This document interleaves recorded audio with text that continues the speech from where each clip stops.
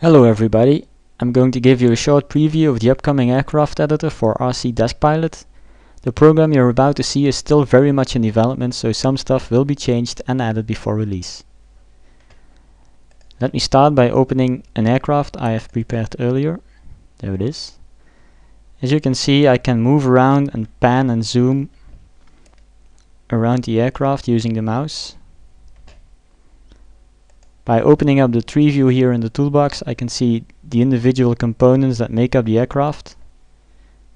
I can select one, for example the rudder, and change its properties. I can assign it to a different channel. I can move it around, change the rotation axis, change the throws of the control surface, as well as the scale. And I can always preview the motion using my regular RC controller.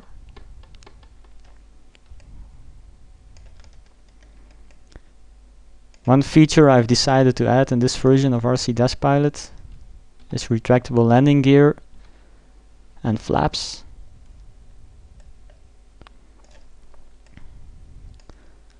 Now you can always reuse components of other aircraft. For example, for this aircraft I've reused the propeller from the Extra. Okay, now let's take a look at the other tabs. Let's skip physics for a second and head over to sound. As you would expect, I can change the sound of the engine as well as the frequencies. Another tab gives me the collision points. Now the physics engine of the sim calculates its interaction with the ground using a collection of points instead of the entire mesh. And you can define those points using this screen. You can also change the way the aircraft handles a touchdown or a crash, so you can set how resilient the airframe is to crashing. On the miscellaneous tab you can set various options. For example, this aircraft has flaps as well as a retractable undercarriage. Now over to the most important tab, that's physics. This will tell the sim how the aircraft will behave in the air. On the top here you have different buttons, all leading to a graph displaying the lift coefficient or drag coefficient of the airframe. This is a graph depicting how much lift the airframe generates at a certain angle of attack.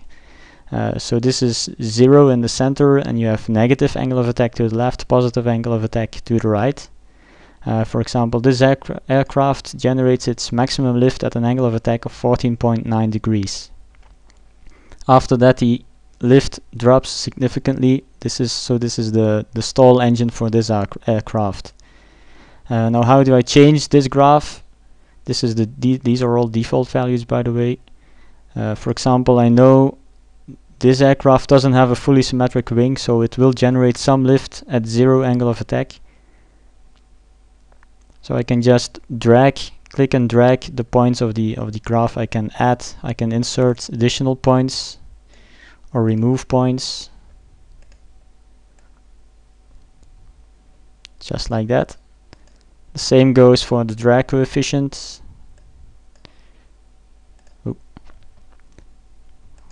The sideways lift coefficient, this is the lift that the fuselage and the vertical stabilizer will generate at a sideways angle of attack.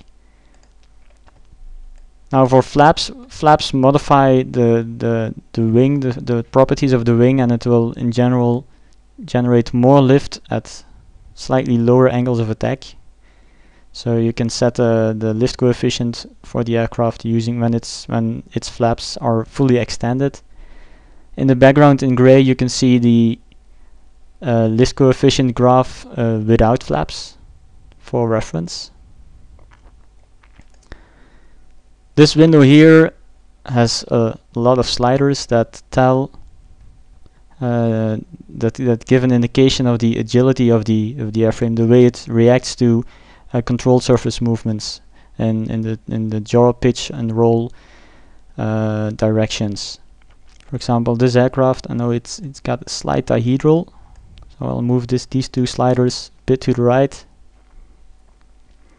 as well as the prop wash will have some effect on rudder and elevator, not on the ailerons as they are too far outward of the wing. Of course, I can change the weight of the aircraft, and the flight model also needs the wing area and the vertical area of the airframe.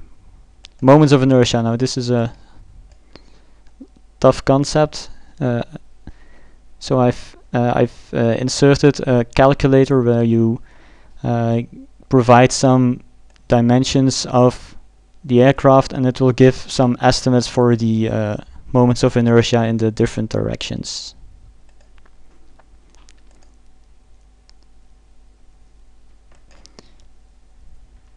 The propulsion window displays another graph which tells the flight model at which speeds how much thrust is generated by the engine and the propeller. So there it is, it's something like this, I guess.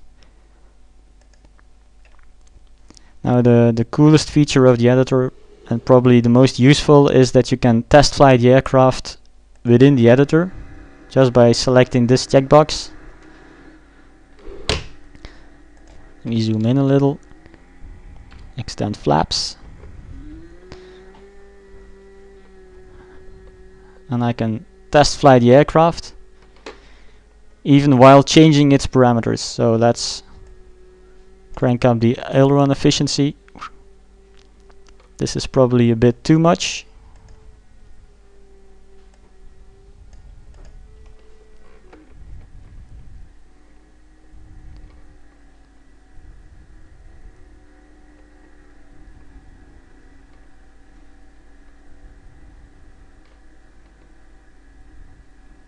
There you have it.